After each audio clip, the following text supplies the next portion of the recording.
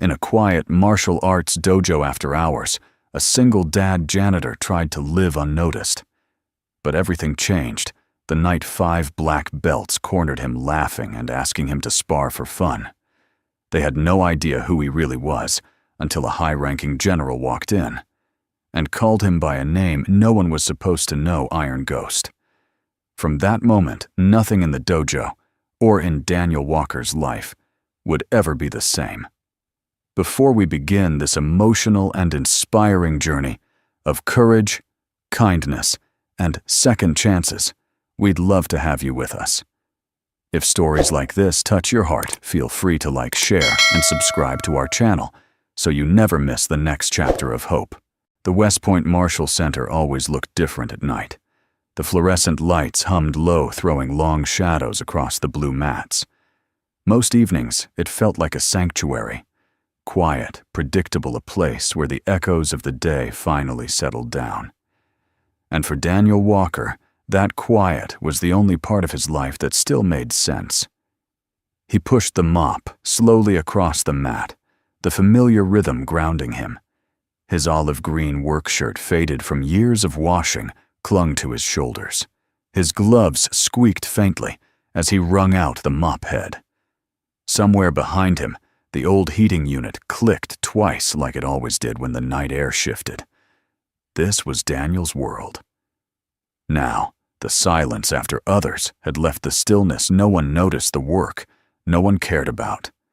And he preferred it that way, because quiet people couldn't be questioned, and invisible men didn't have to remember who they used to be. But tonight, something was off. The dojo was full. Way too full. Daniel didn't need to turn around to feel it. The air itself carried a sharp energy, the kind that came from testosterone, ego, and too many eyes watching something unfold. "Hey, Janitor Walker," a voice called out loud, careless. "You missed a spot." Daniel paused, exhaled softly through his nose, then resumed wiping the same clean area. He didn't need to look to know who it was. Travis Carter, 27, black belt, strong jaw, stronger ego. Behind him were 4 others, Dylan Sean Tucker and Shane Young, men with talent, discipline, and an unfortunate habit of showing off when they thought they had an audience. Daniel wasn't offended. Men like them didn't bother him. They didn't know better. And he never blamed youth for being loud. He just wished they would be loud somewhere else. "Hey, come on," Sean chimed in, grinning. "We're bored. The next class doesn't start for 15 minutes. Tucker crossed his arms. "Let's have some fun. Spar a little." Daniel kept cleaning. His voice was low, steady, almost too calm. "Not tonight, guys." "What you scared?" Travis asked, stepping closer. "It's just for fun. Just a light round." Dylan snorted. If he knows how to throw a punch at all. Daniel didn't rise to the bait. He never did. He simply pushed the mop bucket another few inches, letting its old wheels squeak in protest.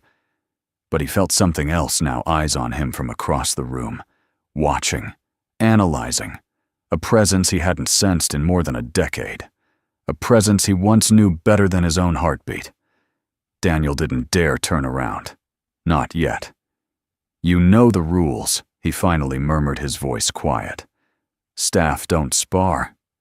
"Yeah," Travis said, "but we're not asking the staff." He smirked. "We're asking you." Laughter rippled through the group. Daniel silently counted the seconds in his mind. Counting kept him calm. Counting kept the memories where they belonged, far away, locked tight. 1, 2. Breathe in. 3, 4. Breathe out. But something in the room shifted. The laughter stopped. The air went still. A voice, sharp, authoritative, unmistakable, cut through the room like a blade. "What exactly is going on here?" Daniel froze. It couldn't be. Not here. Not her. But when he finally turned, he saw her uniform, crisp shoulders, squared medals gleaming beneath the bright lights.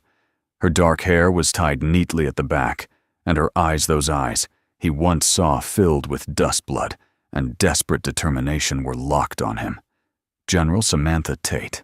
12 years had passed, yet it felt like she had stepped out of the very memory he'd tried so hard to bury. The 5 black belts stiffened instinctively. A general stepping into a marshal center was unusual enough, but the way she looked at Daniel. That was something else entirely. She wasn't looking at a janitor. She wasn't looking at a stranger. She was looking at a ghost. And Daniel felt his pulse slam against his ribs. He swallowed, trying to force down the sudden rush of old sensations, sand under his boots, the ringing of metal, the scream of helicopter blades, the sharp metallic sting of smoke. Samantha took one slow step forward. "Daniel," she said softly. Her voice cracked. The 5 black belts exchanged confused glances. Travis looked from Samantha to Daniel, then back again, waiting for someone to make sense of whatever this was. But Daniel had no words. The walls he built, 12 years of quiet nights, 12 years of disappearing into routine, shook under the force of Samantha's presence. Her uniform, her voice, her memory. It was like someone had ripped the lock off a door inside him, and everything he'd buried surged upward. Samantha kept searching his face, breath unsteady. Then she whispered the 2 words he feared most. Iron Ghost. A ripple of shock tore through the dojo. Dylan's jaw dropped. Shane's arms fell to his sides. Tucker's mouth formed a silent. What Travis took half a step back, confusion washing over his expression. But Samantha didn't notice them. Her entire world had narrowed to the man standing before her with a mop in his hand and ghosts in his eyes. Daniel felt his throat tighten. Not here. Not in front of these kids. Not in this room. Not after everything he sacrificed to disappear. But some truths had a way of clawing their way back into the light. And Daniel Walker, Iron Ghost, was no longer invisible.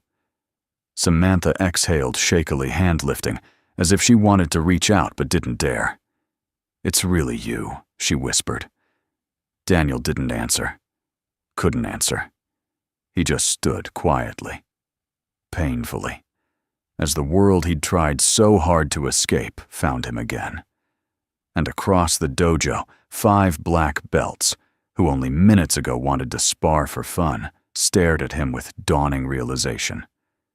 They hadn't been teasing a janitor. They had been provoking a legend. For several long seconds, no one moved.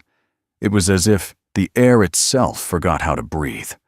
The noise, the teasing, the restless energy of the dojo, all of it vanished the moment General Samantha Tate spoke that name. Iron Ghost, a name that wasn't supposed to exist anymore. A name Daniel had sworn he would never hear again. The 5 black belts stood frozen in a half-circle, their expressions shifting from confusion to disbelief. They glanced at one another, as though silently asking the same question. What kind of janitor has a call sign? But Samantha wasn't looking at them. She was staring straight at Daniel, her eyes usually precise and controlled like a seasoned military commander, now carried something raw, shock, disbelief. And beneath it all, something Daniel couldn't let himself interpret. He didn't want to. He couldn't afford to. Daniel cleared his throat, the tiny sound unnaturally loud in the stillness. "General Tate," he said quietly, "you must be mistaken." His voice was steady, more steady than he felt. Inside, his pulse raced beating against his ribs like a warning. Samantha shook her head slowly, almost heartbreakingly. "No," she whispered. "I'd know you anywhere." Daniel stiffened. The black belts looked between the 2 of them, stunned. Travis swallowed loudly, his bravado faltering. "Wait, General," he said cautiously. "Iron Ghost. Is that like some kind of code name?" Samantha didn't even blink. Her answer cut through the room with military precision. "It's a classified call sign," she said. "And it belongs to one of the most elusive operatives the Triad ever deployed." The room erupted into a sharp collective inhale. Daniel closed his eyes briefly, not because he was afraid of his identity being revealed, but because hearing Samantha speak those words again made the past crash down with a force he wasn't prepared for. Dylan took a hesitant step forward, voice cracking. "You're telling us he's like a real special ops guy?" Samantha finally turned to the group, regaining the composed steel of a commanding officer with each breath she took. "Not just special ops," she said. "He was part of Triad Ghost Division. Black level clearance, 0 public record, 0 margin for error." Tucker's mouth dropped open. Shane muttered. Holy Samantha raised her hand sharply, and he shut his mouth mid-word. The command presence of a general was not something you challenged. Travis stared at Daniel as if seeing him for the first time. "But he's a janitor." Samantha's jaw tightened. "Men like him don't retire to become executives," she said quietly. "They disappear. On purpose." Daniel took a slow breath. Too slow. Too controlled. He felt like a mirror cracking. "Samantha," he murmured before catching himself. Her eyes flicked toward him at the sound of her name leaving his lips again. 12 years had passed, but the familiarity in that one quiet word still hit her like a punch. He quickly corrected. "General Tate." But it was too late. Something flickered over her face. Something soft. Something pained. Something unmistakably personal. And the black belts noticed. "Very much," Sean whispered under his breath. "Oh man, they know each other." Daniel's eyelids lowered. He didn't want this. He didn't want attention. He didn't want the stares, the awe, the suspicion. He didn't want Samantha dredging up a past he barely survived. He just wanted to mop the floor and go home to Sophie. That was his life now. Simple? Quiet. Good. But Samantha took one step closer. "Why did you disappear?" Daniel, her voice was barely audible, but it held 12 years of unanswered questions.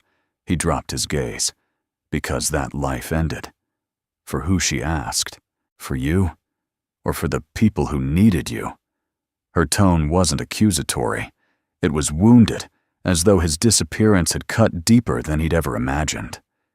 Daniel kept his expression composed, but inside memories pushed against the edges of his mind. Sandstorms, gunfire, a collapsing building, a woman's cry, blood soaking through his uniform, a body he couldn't save, a ghost he could never outrun. He spoke without looking up. "You should let it go, General." Samantha stared at him for a long moment, her breath tightening. "You saved my life." The black belt's eyebrows shot up again. Daniel closed his eyes briefly. "That was a long time ago. Not to me." Her answer was a whisper, but in that quiet, everything changed. Travis, the once cocky leader of the group, finally gathered enough courage to step closer, his curiosity overriding his embarrassment. "Sir," he said tentatively, "is any of this true?" Daniel took his time before answering. When he finally lifted his eyes, his gaze was calm, quiet, steady the way the ocean looks right before a storm. "Does it matter?" he asked. The young man swallowed. I guess it does when we were just trying to make a fool out of me," Daniel finished gently. All 5 colored. He didn't sound angry. He didn't even sound insulted. He just sounded tired. Sean rubbed the back of his neck. "We didn't know you were, whoever she says." Daniel shook his head. "You don't need to know who I was." He glanced toward Samantha. "And some people need to forget." Samantha's expression twisted, hurt frustration, longing, and something else Daniel desperately wished he couldn't recognize. The room went painfully still again. Finally, Samantha drew herself up, regaining the stance of a general. "We'll continue this conversation later, Daniel," she said, though her voice betrayed a tremor. "This isn't over." Daniel didn't answer. He simply stepped back, picked up the mop he'd set aside, and returned to the spot he'd been cleaning, as if sweeping up the shards of a life he never wanted to revisit. But as he lowered the mop to the floor, He heard Travis exhale a shaky breath. "Dude," Travis whispered to Dylan, "we almost sparred with Iron Ghost." Dylan whispered back, "Yeah, for fun." Samantha's boots clicked sharply as she walked toward the exit, but before she left, she paused at the doorway. Just once, she looked back. Her eyes found Daniel again. Not the janitor, not the ghost. The man. The man she thought she'd lost forever. Then she walked out, leaving the dojo in a silence that felt heavier than any shout. And for the first time in 12 years, Daniel Walker realized he couldn't stay invisible anymore. For the rest of the evening, the dojo remained strangely quiet, unnaturally so. The students who had once filled the room with loud chatter now kept their voices low, as if afraid any sound might shatter the lingering tension in the air. Daniel continued cleaning with the same slow, methodical movements, but the weight behind each gesture was different. His hands moved calmly, yet his mind churned with memories he'd locked away for more than a decade. Samantha Tate. The name alone was enough to unravel him, and she had recognized him instantly. He had prayed she wouldn't. He had prayed no one would. But fate, it seemed, had a cruel sense of timing. Across the room, the 5 black belts huddled awkwardly, whispering among themselves. Travis kept sneaking glances toward Daniel, guilt already taking root beneath his tough facade. Dylan seemed confused, Sean uneasy, Tucker pale, and Shane utterly mortified. They had messed with the wrong man, and they knew it. Yet beneath the embarrassment, curiosity burned in all their eyes. And something else Daniel recognized from experience. Young men didn't like being humbled. Not in front of each other. Not in front of a superior officer. And definitely not in front of a general. Travis's jaw tightened, pride wrestling with reason. "Guys," he muttered, "I think we need to, I don't know, make this right."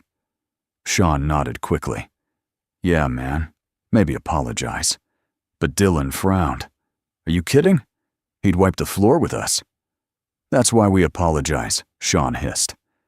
Travis exhaled slowly, then squared his shoulders. "No, we don't run from mistakes. We face them."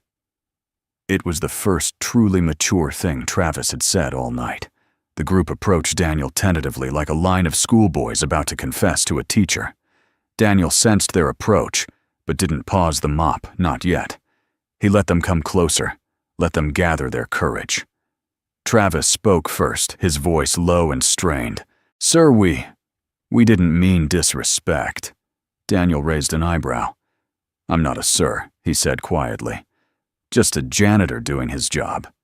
Travis flinched. "That's the thing," he continued. "We treated you like you didn't matter." And that was wrong.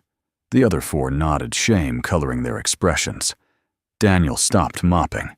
He leaned lightly on the handle, looking at them, not judging, not angry, just present calm, in a way that unnerved them more than shouting ever could. "It's easy," Daniel said softly, "to underestimate someone who chooses not to show their strength." The 5 young men exchanged a look. Daniel continued. "But strength isn't proven by winning fights. It's proven by knowing when not to start one." The weight of the words settled over them. Shane swallowed. "So, you really aren't mad?" Daniel shook his head. "No, but I won't spar with you." Relief washed over them until Travis's pride stepped forward again. "But if you did spar?" Travis asked carefully, "Would you go easy?" Daniel met his eyes, steady, unreadable. "I always go easy." A shiver rippled through the group. Before anyone could respond, the dojo door swung open with a sharp metallic groan, and General Samantha Tate walked back in. Her entrance cut through the room like a cold wind, and all 5 black belts straightened instinctively. Daniel's spine stiffened. He hadn't expected her to return, not so soon. Samantha crossed the dojo floor boots, clicking with the kind of authority no one could ignore. But her eyes weren't on the students. They were on Daniel. Travis cleared his throat nervously. General Tate, ma'am, we were just apologizing to Mr. Walker here. That's good, Samantha said simply. Because you needed to. Her tone left no room for doubt. But she added, it appears you still have something you want to say. The young men froze.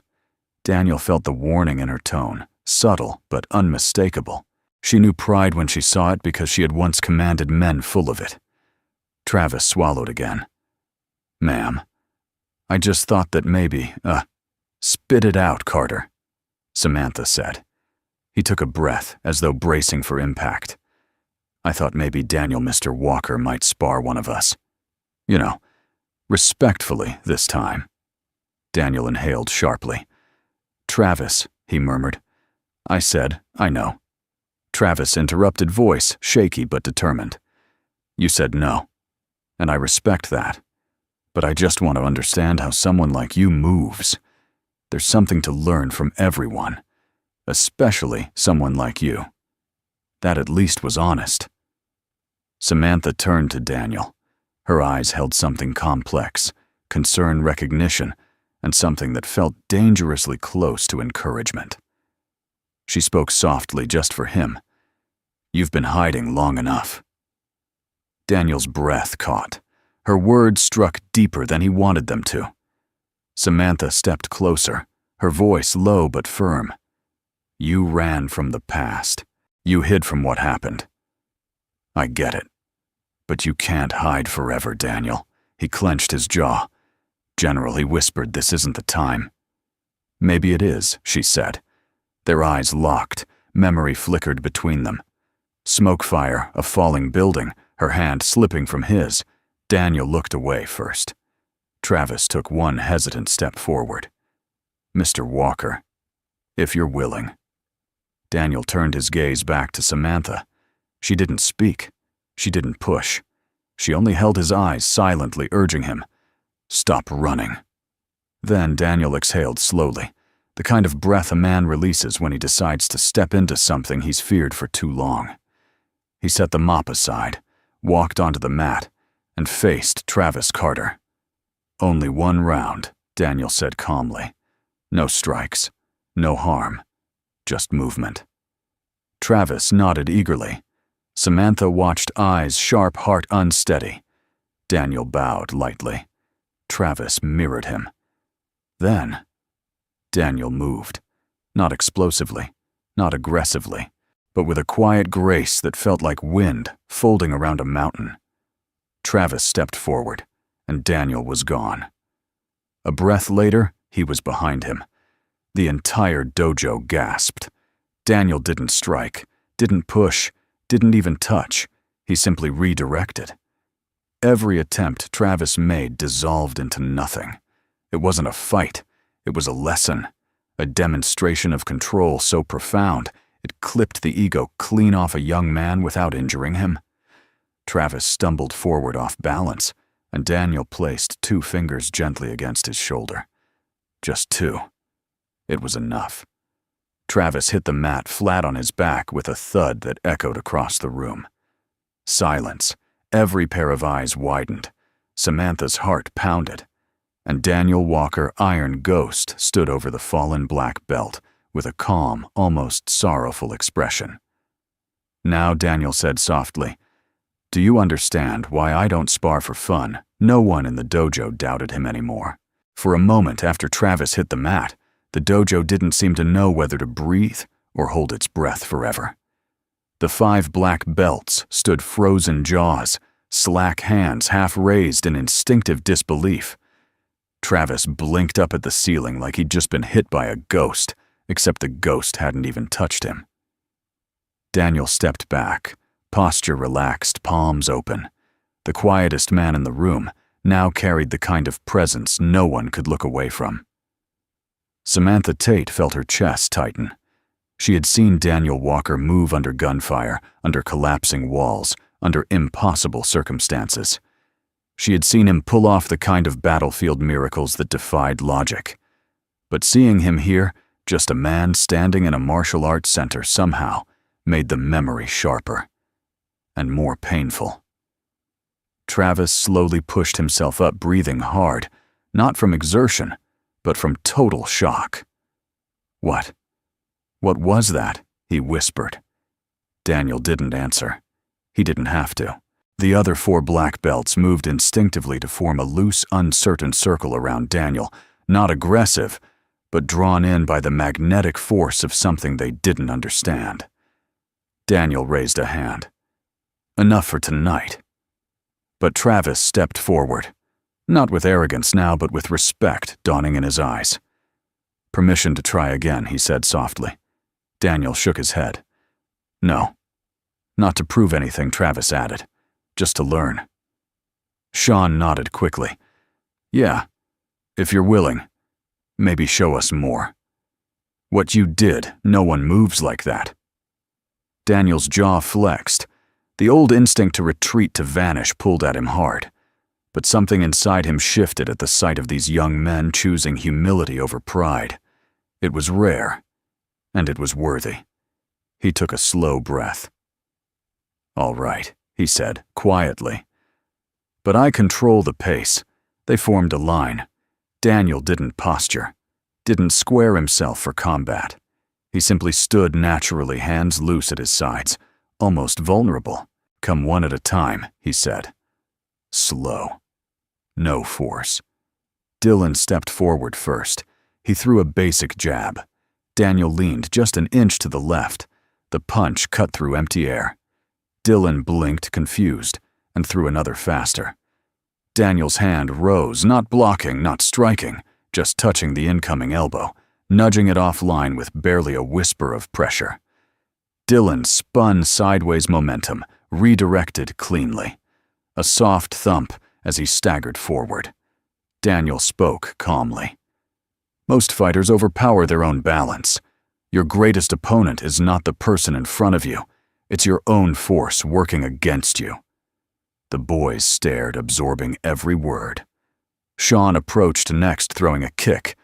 Daniel didn't counter. He slipped under it like water, stepped behind Sean, and tapped the back of his knee. Sean sank to the mat, gently, almost gracefully, like someone being guided into a chair. Softness breaks aggression, Daniel murmured. Tucker came in with both hands raised. Daniel pivoted, caught Tucker's wrist, not grabbing, just brushing fingertips along tendons, and Tucker collapsed sideways, as if his body simply forgot how to resist. Shane took his turn, stepping in cautiously, almost reverently now. Daniel circled him, studying him not as an opponent, but as a student, then redirected his center of gravity with a touch at the shoulder blade. Shane spun halfway, landing on his feet, breath stolen in astonishment. None of it was flashy. None of it was violent. It was mastery in its purest form, economy of motion, perfect timing, perfect gentleness. It was art. Travis stepped forward, Deiska last gaze steady. Ready? Daniel asked. Travis nodded once. He sprung forward with a straight-line advance, clean, technically sound, disciplined. And Daniel? Daniel disappeared. It wasn't magic. It wasn't supernatural. It was efficiency so flawless it looked unreal to eyes untrained. Travis felt more than saw. Daniel slide across his blind angle, pivoting softly behind him. 2 fingers touched the center of his back. A feather-light pressure. Barely anything at all. But Travis felt his entire foundation drain away. He stumbled forward, caught himself, and then fell to his knees, breath ripping out of him. The dojo went dead silent again. Daniel stepped back, breathing controlled, face unreadable. But Samantha wasn't fooled. This was not the movement of a man showing off. This was not even the skill of a martial arts prodigy. It was instinct. The instinct of a man who had lived through situations where hesitation meant death. Where precision wasn't optional, it was survival. Where every ounce of training was sharpened in the crucible of real war. Samantha felt her throat tighten as she whispered under her breath. He hasn't lost it. Not any of it. Travis slowly rose to his feet. He bowed deeply, sincerely. Thank you, he said, voice unsteady. Sir. Daniel returned the bow much shallower. "No, sir. Just Daniel." Travis nodded. "Daniel, then." He paused. "You moved like you were reading our minds." Daniel shook his head gently. "Not your minds. Your intentions. The smallest shift in muscle and weight in breath. Your body announces your next move long before you commit to it." Sean muttered, "Man, that's not fighting. That's something else." Daniel gave the faintest smile, the kind a man gives when he's been reminded of a life he misses and hates at the same time. "It's survival," he said softly. The words hit Samantha like a blow. She stepped forward carefully, almost tenderly. "Daniel," she said, her voice quieter than before, "this isn't who you are now. You don't have to be Iron Ghost anymore." He didn't look at her. Couldn't. He kept his eyes on the floor, breath tight in his chest. Travis, sensing the weight in the room, took a respectful step back. The others followed, and Samantha watched Daniel with a gaze full of something raw regret, gratitude, memory, and a truth she had never dared to say out loud. This man, this quiet janitor, had once saved her life, then vanished without a trace, and here he was, now standing on a blue mat under fluorescent light, demonstrating a strength he had promised himself never to reveal again. But Samantha saw it clearly. The Iron Ghost wasn't gone. He was waking up, and that terrified Daniel more than anything else in the world. Long after the dojo had emptied, and the last of the black belts slipped out the door in humbled silence, Daniel remained on the mat, kneeling beside the mop bucket, like it was an anchor, keeping him from drifting back into the world he had abandoned. The smell of disinfectant mixed with the faint traces of adrenaline still lingering in the air.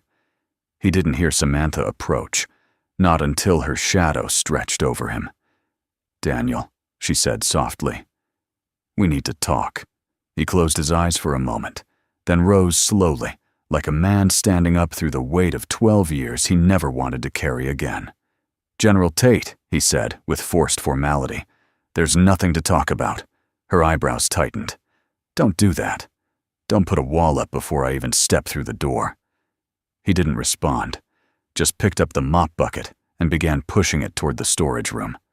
Samantha followed, not like a general, like someone who had waited far too long for answers. Inside the small equipment room, the fluorescent light flickered weakly. The walls smelled of detergent and old rubber mats. Daniel set the bucket down and leaned both hands against the counter, head bowed. "Tell me why you disappeared," Samantha said, stepping into the room and quietly closing the door behind her. Daniel didn't lift his gaze. "Because I had to." "That's not an answer. It's the only one that matters." Samantha's voice sharpened not with authority but with hurt. "You let me believe you were dead." He flinched. It was subtle, but she saw it. She always noticed the small things in him. "I didn't have a choice," he murmured. "You had one," she insisted. "You chose to vanish. You chose not to let anyone find you. You chose to bury Iron Ghost like he never existed." Daniel's knuckles whitened against the counter. "Samantha, you weren't supposed to survive." She froze. What Daniel finally turned around, and for the first time that evening, she saw the truth in his eyes. Raw, painful, unfiltered. 12 years ago, he said, voice barely above a whisper. Triad Unit Theta was sent into a compromised village north of Almasar. You know the mission. You were briefed. We weren't supposed to find civilians. But we did. Samantha swallowed memories tightening her chest. "And the explosion," she said. Daniel nodded. "We were leaving. You were evacuating wounded children." Then the second charge detonated. He paused, jaw tightening as if chewing through pain. "I pulled you down behind the wall just before it collapsed. The rest of the squad didn't make it." Samantha's breath hitched. She remembered flashes, heat rubble, someone pulling her with impossible strength, then darkness. "You used your body to shield me," she whispered. Daniel nodded again. Slowly, like admitting it cost him something.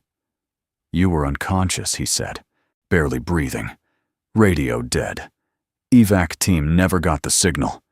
They pulled back to base with only the wounded they had secured." Samantha felt her heart drop. They thought both of us were killed. Yes, the single word hung like a knife between them. Daniel continued, voice rough. "You had no pulse when I checked you the first time. The blast. It should have taken you." Samantha took a shaky step closer. "But it didn't." "No," he said softly. "Because of luck, or faith, or something I'll never understand." His eyes drifted downward. "But I wasn't so lucky." She frowned. "Daniel, what do you mean?" He lifted his shirt slightly. A long, jagged scar crossed his left side diagonally, old but unmistakably violent. Shrapnel. Deep. Near fatal. Samantha's breath trembled. "Why didn't you come back with me after I woke up?" she whispered. "Why didn't you let them know you were alive?" He let the shirt fall. "Because I couldn't live with the blood on my hands anymore. I couldn't live with the sound of that wall crushing them. Every man in our unit died, Sam. Everyone. Except me. You saved me," she said, voice fracturing. "And lost them." Silence.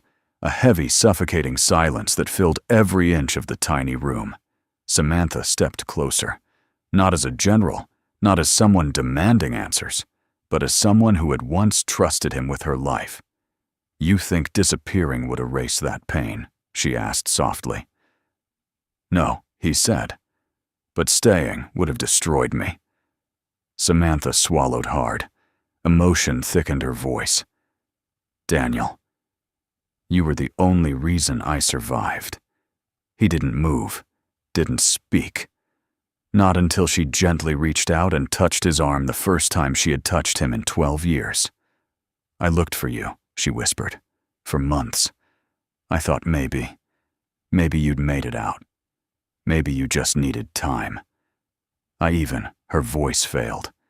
He looked at her, really looked, and saw the years in her eyes. Years of searching, years of not knowing, years of wanting closure she never received. "Samantha," he said, quietly stepping back, breaking the contact. "You deserved better than chasing a ghost." "Maybe I did," she whispered. "But that ghost saved my life." He turned away again, chest tight. "Daniel," she began softly, "you didn't just run from the military. You ran from yourself." He didn't deny it, didn't argue, didn't even breathe for a moment. She took a shaky breath. "And what about Sophie?" she asked gently. "She's..." "What?" 12. "Now," Daniel exhaled. 10. "And you've raised her alone?" "Yes." Why, he hesitated just long enough for Samantha to understand. "Her mother left before she was born," he said quietly. "Couldn't handle the life I lived. Couldn't handle the ghosts." Samantha's heart softened painfully. "You raised her through all of this." "By yourself," Daniel nodded. "She deserves a father who's present, a father who's gentle, not a soldier who wakes up in the middle of the night reaching for a rifle he buried 12 years ago." Samantha felt her chest tighten again, but this time with something warm.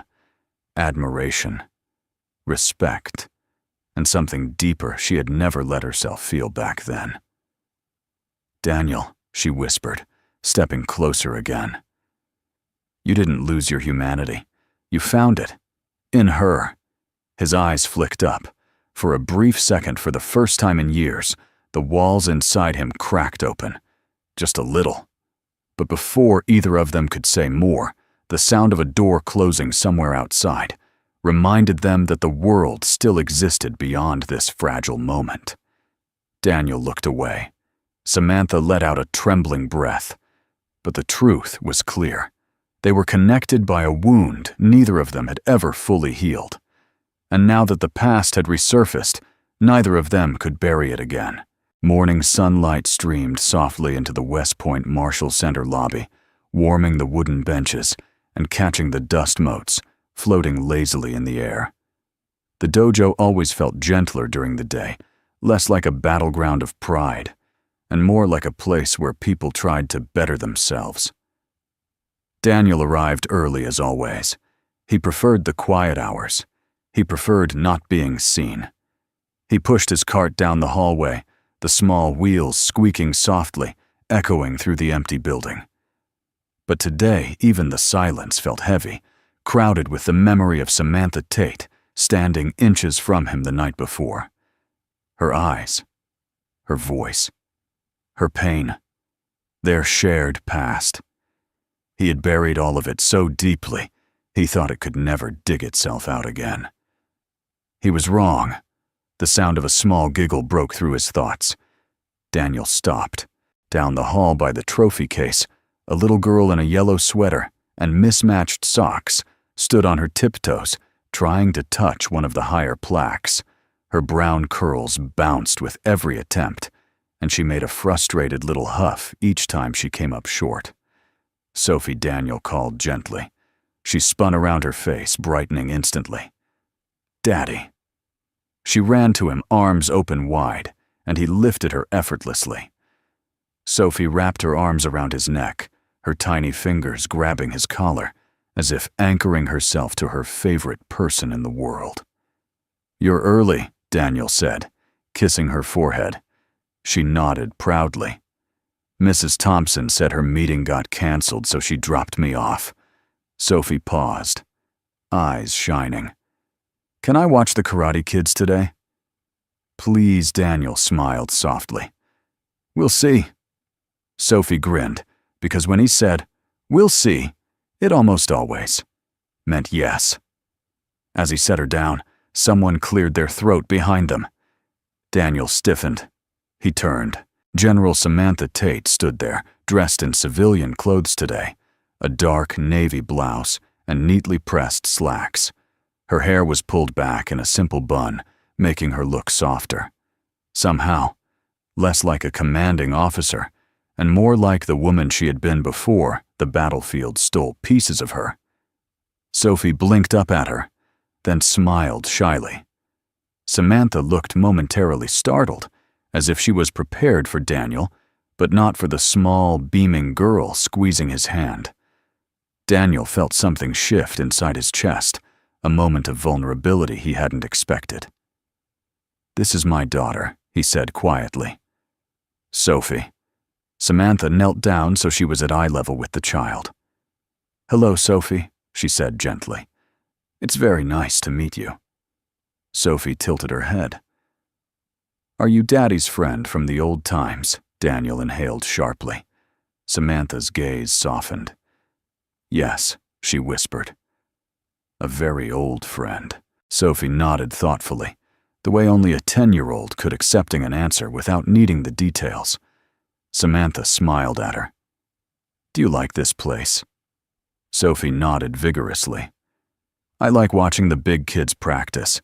They make loud sounds, but Daddy says it's okay because they're learning." Daniel felt his cheeks warm slightly.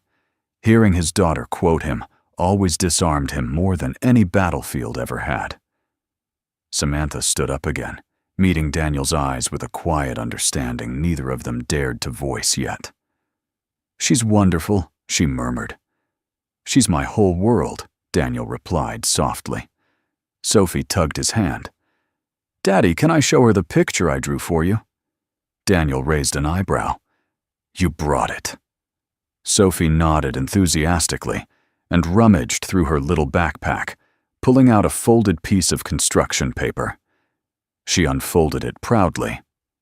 In childish crayon strokes, she had drawn a man with long hair and a broom, a little girl with curly hair, a bright yellow sun, and above it, me plus Daddy.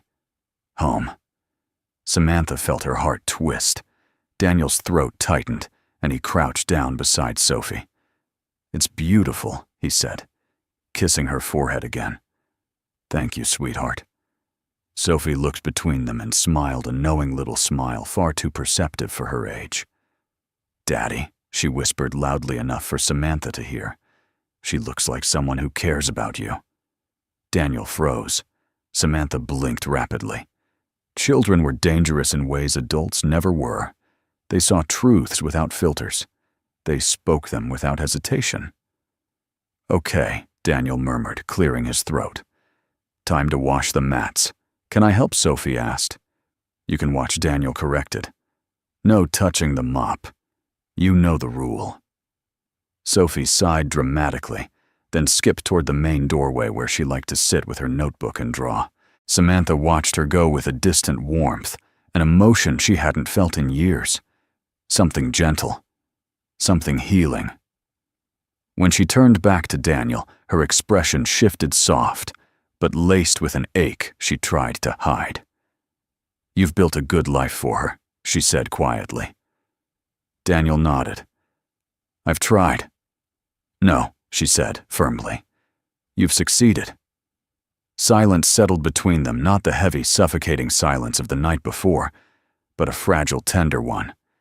Samantha stepped closer, lowering her voice. "I didn't know you had a child," she admitted. "When I searched for you, I wasn't just looking as an officer. I was looking as someone who—" She stopped herself. Daniel's jaw tightened, not with anger, but with something more complicated. Regret. Fear. Recognition. "I left the world you and I knew," he said. "I left everything tied to that life." Samantha nodded slowly. "But part of you is still carrying it." He didn't deny it. She continued. "And I see how you look at her, how she looks at you. That kind of love." She swallowed. "It can heal things you don't think can be healed." Daniel's breath caught slightly, hearing his own unspoken truth reflected back at him. Before he could answer, Sophie's voice echoed from across the room. "Daddy, miss. Sam. Look, I drew her too." They both turned. Sophie held up a brand new crayon drawing, 3 figures holding hands. "Daniel. Samantha. Sophie." Samantha pressed a hand to her chest, emotions rising too fast to contain. Daniel exhaled shakily, not from fear this time, but from the terrifying gentleness blooming inside him. Sophie ran to them, waving the picture proudly. "See, it's us.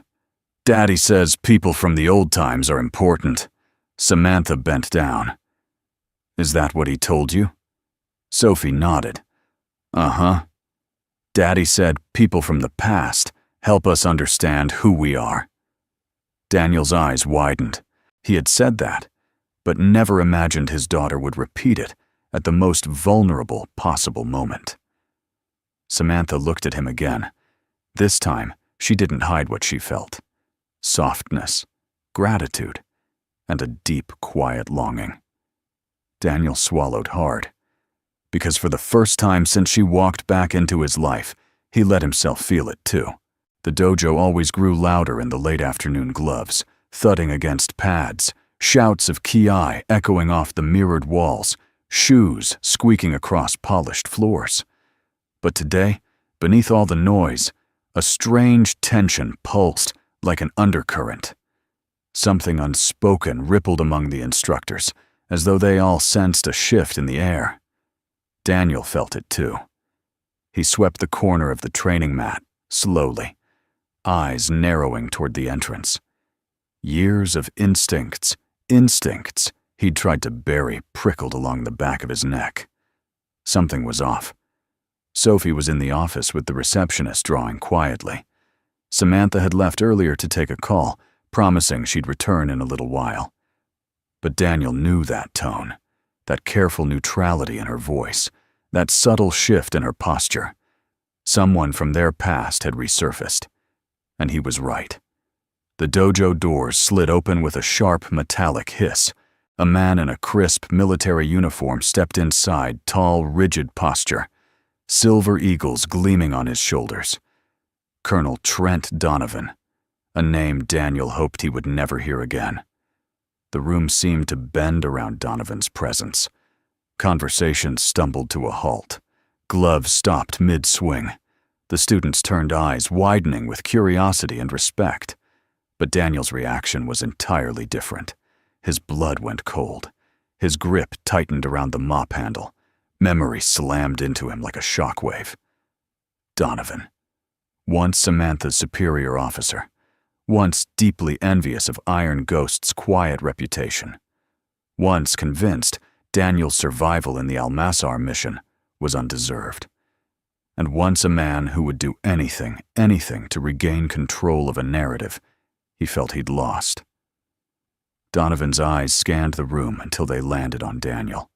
A slow, cold smile crept across his face. "Well," Donovan said, voice sharp as a blade. "I never thought I'd find you here." Daniel didn't respond. He didn't need to. His silence spoke volumes. Travis and the other black belts exchanged uneasy glances. They had heard whispers. They had seen the way Samantha looked at Daniel. But they had never expected another high-ranking officer to show up looking like he'd found a ghost walking in daylight. Donovan took a step forward, boots clicking like the ticking of a bomb. "You disappeared," he said, tone dripping with accusation. "Left a trail of unanswered questions. And now I find you cleaning floors in a martial arts gym." Daniel's voice was calm, too calm. "I retired." Donovan's eyes narrowed. "You don't retire from Ghost Division. You know that." A murmur spread among nearby students. Ghost Division. Most had no idea such a unit even existed. But the weight of Donovan's tone made it clear this wasn't just military business. It was shadow business. Daniel's jaw flexed. "I don't answer to you anymore." Donovan let out a cold laugh. "You never answered to anyone. That was always the problem." Behind Daniel, Travis stepped forward cautiously. "Sir, is there a problem?" Donovan didn't even glance his way. "No problem with you, son. But with him." He jabbed a finger toward Daniel, voice dropping dangerously. "There's a very big one." Daniel sighed quietly, an exhale of years spent trying to stay invisible. "What do you want?" Colonel Donovan stepped closer. "I want you back." Daniel stilled. Travis's eyes widened. Dylan whispered, back," where Sean muttered, "Oh man, this is bad." Donovan continued, oblivious or indifferent to the whispers. "We have a high-risk op, experimental. We need someone with your skill set. Command wants you reinstated. They want Iron Ghost." "I'm not Iron Ghost anymore," Daniel said. Donovan's smile sharpened. "Funny. General Tate seems to think you are." Daniel's breath hitched, just as Donovan intended. He stepped even closer, invading Daniel's personal space with predatory precision. "Samantha still talks about you," Donovan murmured. "Still defends you. Still thinks you're some kind of hero." Anger flickered in Daniel's eyes. Donovan leaned in. "Heroes don't run away, Walker." Daniel stepped back once, just enough to create space. "I didn't run," he said quietly. "No," Donovan challenged. "You vanished. You hid. You built a life in the shadows because you couldn't face your failures." Daniel's jaw tightened. "You know nothing about my life." "I know enough," Donovan said, voice hardening. "I know you've been pretending to be something you're not. A janitor. A father," he scoffed. "You a father? You were built for war." The dojo fell utterly silent. Even the youngest students sensed the danger now. Daniel didn't move, but the temperature in his eyes dropped several degrees. He took one step toward Donovan. When Daniel spoke, his voice was low, a controlled burn. "Say anything you want about me, but you stay away from my daughter." Donovan raised an eyebrow. "Daughter? You have a daughter now." His tone was mocking, but beneath it was something darker, calculation. Daniel's fists tightened. Before Donovan could press further, the dojo doors opened again. Samantha Tate strode inside. Her presence hit the room like a command, shouted from a mountaintop.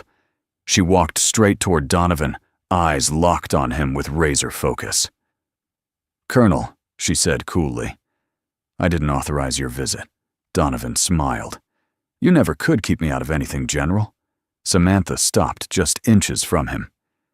"You are trespassing," she said quietly. "And you are speaking to a civilian out of line." Donovan scoffed. "He's no civilian." "He is." Now Samantha snapped. "And he has been for 12 years. Donovan's eyes flicked between them with venomous interest. "Interesting," he murmured. "I see the rumors about the two of you weren't unfounded." Samantha's expression didn't change, but her silence was telling. Daniel felt it. Donovan saw it. And smiled. "Walker," Donovan said, stepping back toward the door, "you will be contacted. This conversation isn't finished." Daniel didn't answer. Samantha didn't blink. Donovan paused one last time at the exit. "And General, you may try to protect your ghost, but sooner or later, he'll have to come out of hiding." He walked out. The door slammed shut behind him. Silence filled the dojo like a storm cloud. Finally, Samantha turned to Daniel, her voice trembling beneath its steel. "Daniel, I'm so sorry." He shook his head. "This isn't your fault." "But he saw you," she whispered. "He saw Sophie. He knows." Daniel swallowed hard. "Then the shadows of my past," he murmured, just stepped into the light. The morning after Colonel Donovan's intrusion, the dojo held an unusual stillness. Even though classes ran as scheduled, the atmosphere felt subdued.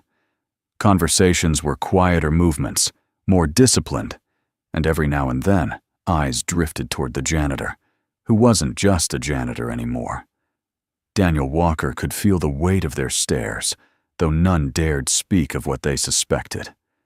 Word had traveled fast, the way he moved, the way Samantha had spoken to him, the way Donovan had stormed in like a man trying to reclaim something lost. Whispers floated like cautious ghosts. "That janitor isn't normal. General Tate knows him. Really knows him." "Did you see Donovan's face?" He looked afraid, but Daniel didn't react. He swept the mats, cleaned the benches, refilled water jugs with the same gentle, methodical rhythm he always had. Routine grounded him. Routine kept his past at bay. Yet the past was no longer content to stay buried. The dojo doors opened with a soft chime. 5 familiar figures entered: Travis Dillon, Sean Tucker, and Shane. But today, they weren't laughing. They weren't puffing up their chests. They weren't acting like the kings of the mat. They walked in slowly, almost reverently, carrying a kind of awkward solemnity that didn't match their usual swagger. Daniel paused mid-sweep. Travis stepped forward, clearing his throat.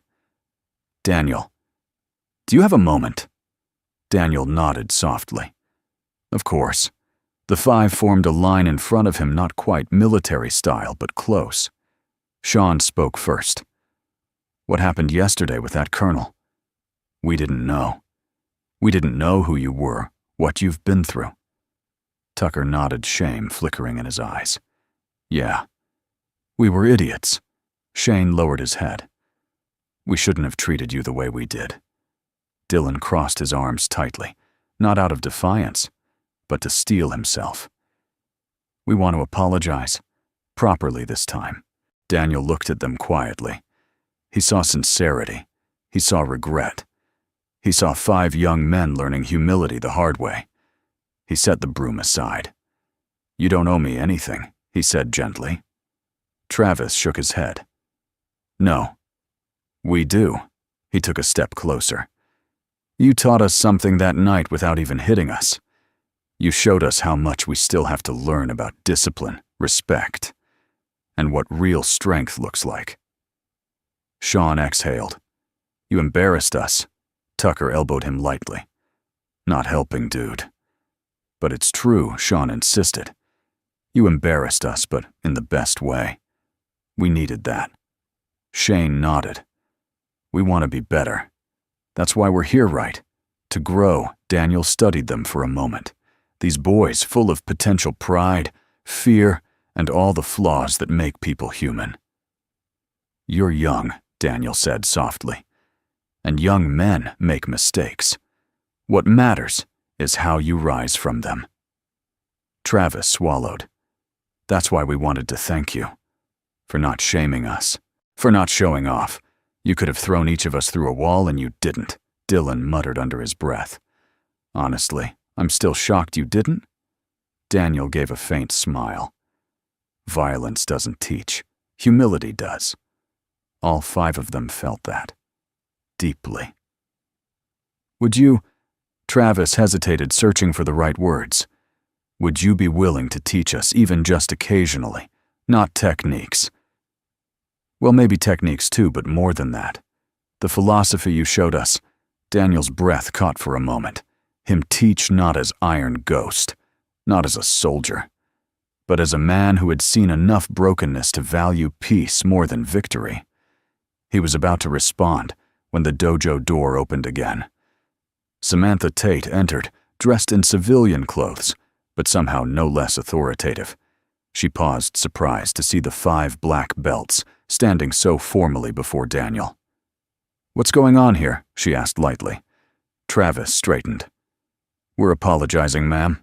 Samantha raised an eyebrow. To Daniel. "Yes, ma'am. And why is that?" Travis lifted his chin, not in pride, but in honesty. "Because we were wrong about him." Daniel looked away, uncomfortable with praise. Sean added quietly, "He showed us what real martial arts looks like.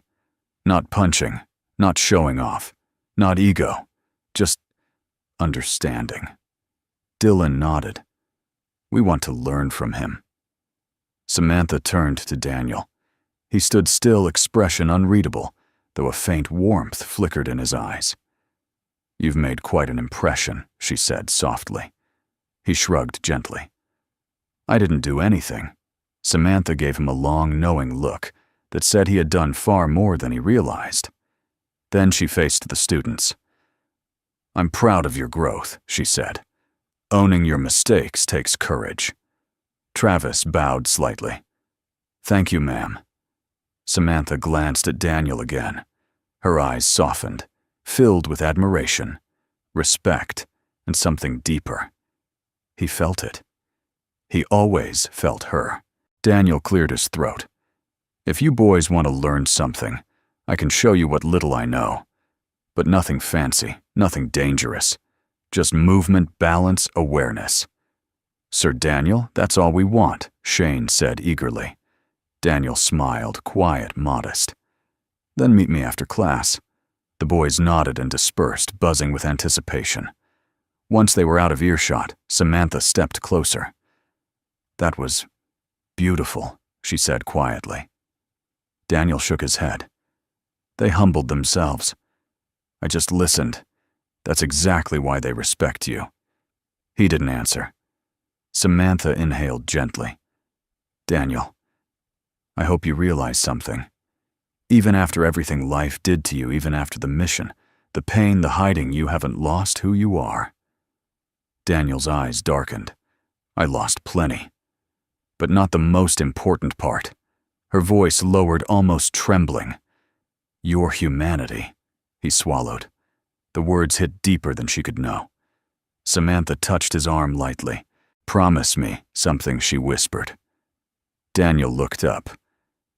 "Don't let Colonel Donovan define your story. He didn't understand you then, and he doesn't understand you now." Daniel clenched his jaw. "He's dangerous." "So are you," she answered softly, "but in a different way." Their eyes met, and something electric passed between them. Old connection, old history, old feelings, resurfacing with quiet force. Daniel looked away first. Samantha's voice softened. "What you did today, teaching those boys, showing them grace, that's who you are now." He nodded slowly, and for the first time he didn't fight the warmth spreading in his chest. He accepted it, because strength wasn't just surviving the past. Sometimes, strength was forgiving the present. The sun dipped low behind the dojo's roofline, spilling warm gold across the back courtyard, a quiet space framed by maple trees and worn wooden benches. Most evenings, this area was empty, forgotten. But tonight, Samantha had asked Daniel to meet her there once the last students cleared out. Daniel stepped through the rear door, the soft creak echoing in the stillness. The orange glow of the sinking sun painted long shadows across the ground, and a gentle breeze rustled through the leaves. Samantha stood near the railing, hands loosely folded, looking out as if searching for something just beyond the horizon. She didn't turn when he approached. "Daniel," she said quietly, her voice carried softly by the evening air. "Thank you for coming." He stopped a few feet away, giving her space. "You asked." "I came." Finally, she turned, and the look in her eyes, warm, heavy with memory, hit him harder than any blow he'd ever taken. For a long moment, neither spoke. Samantha broke the silence first. "I've been thinking a lot since last night," she said. "About the mission, about the years after, about you." Daniel's jaw tightened, but he held her gaze. She stepped closer, each movement deliberate, as if approaching a fragile truth. "You saved my life," she whispered. "But I never understood the full weight of what it cost you." "You don't have to," he began. But Samantha shook her head. "I do." She took a slow breath. "Do you know what I remember most clearly about that day?" she asked softly. Daniel exhaled. "The explosion." Her voice trembled. "I remember your hands, holding on to me, refusing to let go even when everything was falling." Daniel's breath hitched.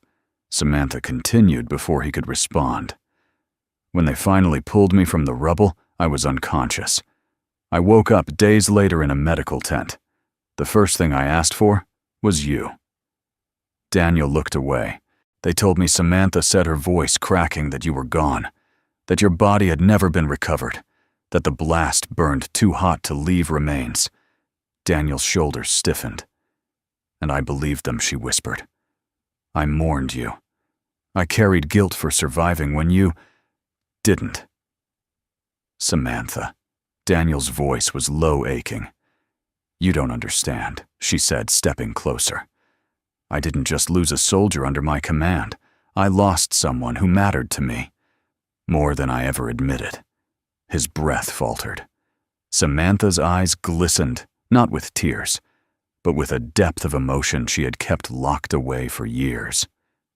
"When the war ended," she said, "I went back to every record, every report. I looked for closure. But your name remained a ghost file, and I grieved as if I'd lost a piece of myself." Daniel finally met her eyes. "I didn't leave to hurt you," he said quietly. "I left because staying would have broken me, and I didn't think anyone needed me." Samantha stepped closer until only a foot separated them. "You were wrong," she whispered. Daniel swallowed hard. The evening breeze brushed past them, lifting a few strands of Samantha's hair. For a moment, the world seemed impossibly still. "You know what I regret most?" she asked softly. He didn't answer. "That I didn't tell you what I felt before everything went wrong." Daniel's voice was barely audible. "What did you feel?" Samantha's breath shook. "That I trusted you more than anyone. That when you pulled me from that ruin, I wasn't afraid to die. Because you were there. And somewhere inside me, I think I hoped, if we both made it out there, would be something more." Daniel felt his heart thud like a fist against his ribs. Before he could speak, she continued. "When I saw you yesterday," she whispered, "standing there with that mop. Alive. After all these years. I felt the ground shift under my feet." Daniel's chest tightened painfully. He hadn't expected this. He hadn't allowed himself to imagine this. But hearing it now after years of silence, shame, guilt, felt like someone had finally opened a window in a locked room. Samantha extended a trembling hand. Without thinking, Daniel reached out. Their fingers touched, barely softly. The contact was electric. 12 years of grief-longing fear and memory pulsed through that single fragile point of connection. Daniel closed his eyes briefly. "Samantha," he murmured, "we come from a world that tears people apart. I don't have anything left to give." She shook her head, stepping even closer. "That's not true." "You don't know what's still inside me," he said. She held his gaze steadily. "Then let me help you carry it." He exhaled an unsteady, vulnerable breath. Something unspoken passed between them, an understanding that transcended words rank or the boundaries of who they used to be. Daniel lifted his other hand slowly, as if asking permission. Samantha nodded. Their palms met fully. Warm. Real. Human. She whispered, "You're not alone anymore, Daniel." His voice cracked softly. "Neither are you." For the first time in 12 years, he let himself feel something he'd buried so deep, he thought it had died hope. Samantha smiled. Soft, trembling, the kind of smile someone only gives once fear loosens its grip. "You said everyone in the unit died," she murmured. "But you didn't. And I didn't." She squeezed his hand gently. "Maybe that means something." Daniel looked at her, really looked. And in the fading light of dusk, framed by golden shadows, Samantha Tate didn't look like a general. She looked like a woman who had lost something precious once and refused to lose it again. He whispered almost to himself, "I don't know how to move forward." Her thumb brushed his knuckles. "Then we start small." How small? Samantha's eyes flicked down to their still interlaced hands. This small. Daniel couldn't help the faint, disbelieving smile that tugged at his lips. Somewhere inside him, a locked door opened. Not wide, but open. The sun disappeared behind the trees, leaving the courtyard bathed in amber twilight. Neither pulled away. Neither wanted to. And for the first time since the mission 12 years ago, Daniel Walker didn't feel like a ghost. He felt alive. The next morning arrived with a strange quietness, almost deceptive, like the calm that precedes a long brewing storm. The dojo sat under the soft glow of the rising sun, its windows catching pale streaks of gold. Normally, Daniel found comfort in the early hours. The world was gentler when no one else was awake. But today, his instincts hummed with unease. He entered the building, pushing his cart of cleaning supplies, but his mind wasn't on the mop or the floors. It was on the feeling in his chest, something tight, uneasy, circling like a restless animal. Sophie, still groggy with sleep, leaned her head against his arm. "Daddy." "Will Miss Sam come today?" Daniel paused. The question held more weight than she knew. More weight than he was ready to admit. "I think so," he said softly. As he set her up in the office with breakfast and crayons, a shadow crossed the doorway. Heavy boots approached. Daniel turned, and the breath in his lungs tightened. Colonel Trent Donovan stood in the center of the dojo like he owned the place. Except today, he wasn't alone. 2 other uniformed officers flanked him, both carrying folders and carrying the stone-cold professionalism of military intelligence. Daniel stepped forward, spine straight. "Colonel." Donovan smiled, sharp, predatory. "Walker." "I told you this conversation wasn't finished." Daniel didn't respond. He had nothing to say to a man who spoke only to control. Donovan glanced around the dojo, his tone light but poisonous.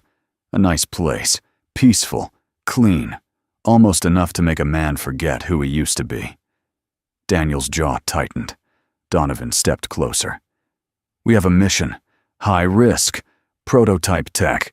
We need someone with your capabilities." Daniel's voice was calm but steel-laced. "I told you yesterday I'm not coming back."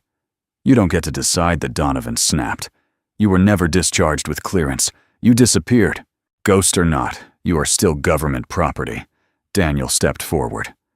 I am a father. I am a civilian. And I am done with that world. Donovan smirked. Are you? 'Cause your daughter seems nice. Smart little girl. Daniel froze, instantly. His heartbeat thundered, his fists clenched. A cold fire ignited in his chest. Donovan tilted his head, satisfied at the reaction.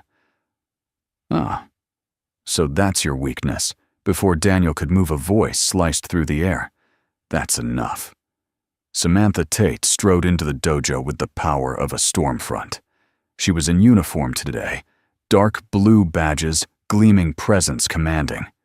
She walked straight toward them, eyes locked on Donovan with military ice. Colonel Donovan, she said, her voice calm but soaked in authority. You are out of line, Donovan chuckled.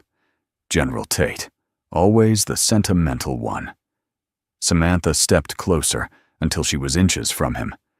Threatening a civilian's child crosses every line in the book. Civilian Donovan lifted a brow. Let's not pretend he's just a man with a mop. He is exactly that, Samantha snapped. By legal definition, by choice, and by right. Donovan scoffed. Your emotions are clouding your judgment. Again, Samantha's expression hardened. Daniel stepped between them, not aggressively but protectively. No one talks to her like that. Donovan's eyes glittered with smug satisfaction. There he is, the ghost. I knew you were still in there. Daniel didn't blink. I'm not Iron Ghost. Donovan leaned forward. Then why are you shaking? Daniel inhaled slowly, pushing the rising heat back down. And then Samantha moved to stand beside him, not behind, not in front, beside. Equal, loyal, unshaken. Iron Ghost, she said quietly but firmly, chooses who he becomes. And he doesn't serve war anymore. Donovan looked between the two of them and let out a cold, humorless laugh. Oh, this is rich. The ghost and the general, standing together. He stepped back and spread his hands mockingly. So what now? You two think you can just walk away from everything, from duty, from the mission. Daniel exhaled slowly, and for the first time in 12 years he felt it. Not fear, not guilt, not shame, but resolve. The quiet, grounded kind born not from violence, but from choosing a different path. Daniel stepped forward, straightened his back, lifted his chin. Samantha watched, breath catching. Donovan saw it too, and his smile vanished. Daniel's voice came out calm, deep, steady. I'm not hiding anymore. Not from you. Not from my past. He paused. But I also won't be used by you again. Donovan's face darkened. Daniel continued, each word firm like iron driven into the ground. I will not fight your wars. I will not join your mission. I will not abandon my daughter. And I will not live by fear. Samantha's heartbeat thundered.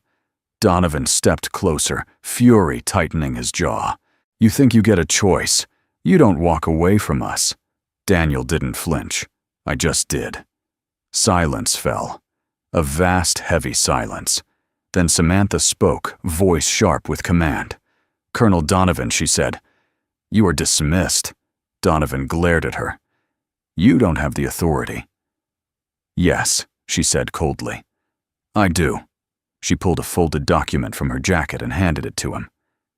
Effective immediately, all attempts to re-engage retired Triad operatives require oversight from the Joint Command Council, which means you have no jurisdiction here. Donovan unfolded the document. His face went rigid. You maneuvered this. Yes, Samantha said. And I did it to protect him. Donovan's eyes burned with fury. This isn't over. He turned sharply and stormed out, his officers scrambling behind him. The door slammed shut. Silence settled again this time, lighter, almost cleansing. Daniel stood still, breathing slowly, the weight of what just happened, settling deep in his bones. Samantha exhaled shakily. That was reckless. Daniel glanced at her. You saved me. You saved me first, she whispered. Daniel's eyes softened, relieved, grateful raw. Thank you, he said quietly. For what, she asked. For standing with me. Samantha's expression gentled. It's where I belong. They stood together under the quiet beams of morning light, two people who had once survived war side by side, now surviving something even more fragile, hope. For the first time, Daniel Walker stood tall, not as Iron Ghost, but as a man choosing life. Morning sunlight spilled across the dojo like warm silk, brushing over the mats and wooden beams with a softness the place rarely saw. The storm had passed. Not the literal kind, but the kind that changed the course of a man's life. Daniel arrived early as usual, but today his steps were lighter. Not rushed, not weighted, just steady. Beside him, Sophie walked with her backpack bouncing against her shoulders, humming a tune only she seemed to know. Daddy, she chirped, will you show me the gentle shoulder thing today? The one you did on Mr. Shane that made him go, oof, Daniel chuckled. Maybe when you're older. I'm older now, she insisted, stretching her arms upward, as if trying to grow on command. He ruffled her hair. Nice try. As they entered the dojo, the students were already warming up. Travis and the others were practicing quietly, more focused than Daniel had ever seen them. They paused when he walked in, not to stare, not to whisper, but to nod respectfully. Morning, Daniel Travis said. Good morning, Daniel replied. It was simple. But something in the simplicity made the moment feel profound. The boys had changed, not because he humbled them, but because they humbled themselves. Daniel felt the shift, and it warmed something old and tired inside him. He set his cleaning cart aside, yet for the first time no one looked at it like a symbol of something lesser. In fact, Sean rolled up his sleeves and approached. Daniel, he said, scratching the back of his head. We were wondering. Would it be okay if we helped you clean before class? Daniel raised an eyebrow. Help me clean. Sean nodded. Yeah, to give back. To learn from you. Dylan chimed in.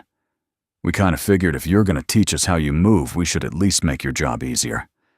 Tucker smiled shyly. We want to do it right. Travis stepped forward. It would be an honor. Daniel opened his mouth to argue reflex habit, old instinct, but stopped. Maybe accepting help wasn't weakness. Maybe it was growth. He nodded. All right. They beamed like kids who'd passed their first real test. Sophie jumped excitedly.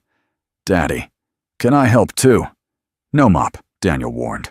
Okay, she said, pulling out a rag. I'll do the benches. Daniel gave a helpless smile. Deal. As Sophie ran off, the front door of the dojo opened quietly. Samantha Tate stepped inside. Not in uniform today, but wearing a soft blue sweater, dark jeans, and an expression Daniel had never seen on her before. Peace. She paused as the morning light hit her shoulders, her eyes scanning the room until they found him. The warmth in her gaze was unmistakable, genuine, unhidden, and something in Daniel's chest loosened. Samantha, he greeted softly, her lips curved. Daniel.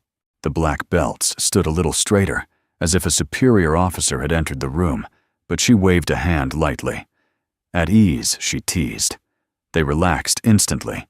Even Travis looked unsure whether he should laugh or salute. Samantha walked toward Daniel, pausing only when she reached him. Their proximity felt different now, no longer edged with tension or unresolved history. It felt natural. You look good, she said gently. So do you. Sophie ran over, waving her drawing from earlier. Miss Sam, look, I drew a new picture. Samantha knelt gracefully. Oh, what's this one? Sophie held up a crayon drawing a dojo. 3 figures, 1 tall man, 1 woman, 1 little girl, all holding hands. Above them were the words written in shaky handwriting, My family. Daniel froze. Samantha's breath hitched. Sophie smiled proudly. "It's us," Sophie explained. "Daddy and Miss Sam and me." Daddy said, "People from the past, help us understand who we are." So that means Miss Sam is part of us now. Samantha blinked. Emotion flickered behind her eyes, soft, fragile, blooming like a flower finally given sunlight. She looked up at Daniel. He wasn't running from the emotion in her gaze this time. If anything, he stepped closer. "May I see?" he asked. Sophie handed him the drawing. Daniel held it as though it were something delicate, sacred. Samantha stood slowly. "I didn't mean to intrude," she said quietly. "I just wanted to see how you were doing after yesterday." "I'm surprisingly okay," Daniel admitted. She smiled faintly. "That's new." "It is." They stood together for a moment, watching Sophie join the boys, all 6 of them cleaning the benches and laughing. "You did this," Samantha said softly. Daniel frowned. "Did what you took a group of proud, stubborn young men and made them want to be better." He shook his head. "They made that choice themselves. That's what a real leader inspires." Daniel looked at her. His voice was quiet, but leveled with clarity. "Samantha, I'm not Iron Ghost anymore," I know she whispered. "And that's why you're stronger than ever." Something shifted in his chest. Heat, warmth, a sense of being seen truly for the first time in years. Samantha took a breath and spoke carefully. "I'd like to be part of your life again, if you'd let me." Daniel's heart stuttered. For once, the answer wasn't tangled with guilt or fear. It came easily. "I'd like that too." Samantha's smile, soft, genuine relieved, was brighter than the morning sun. Before either could say more, Sophie ran over, grabbed their hands, and tugged with all her tiny strength. "Come on," she giggled. "Daddy, Miss Sam. We're done. Can we go get breakfast now?" "Please." Daniel glanced at Samantha. She glanced back, and together, without hesitation, they intertwined their fingers in Sophie's. Samantha laughed softly. "I guess we're going to breakfast." Daniel smiled. Not the guarded, polite smile he gave strangers, not the quiet, resigned smile he gave the world, but a warm smile, deep, honest, alive. As they walked through the dojo doors, sunlight spilling ahead of them like a new road being carved by the morning rays, Daniel felt something he hadn't felt in more than a decade. Hope, a future, a life beyond ghosts. Behind them, Travis whispered to Dylan, "That's the strongest he's ever looked." Daniel didn't hear it. He didn't need to. Because for the first time since he was Iron Ghost, he wasn't standing alone. He was stepping into a new beginning, with a daughter at one side, a woman who once saved his soul at the other, and a quiet, healing world finally opening its doors. Sometimes strength wasn't in the fight, or the scars, or the legends whispered behind a name. Sometimes strength was choosing love, choosing peace, choosing to live again. Before you go, we'd love to hear from you. Where are you watching from, and what part of Daniel's journey spoke to you the most? Your stories and reflections mean so much to us and to this community.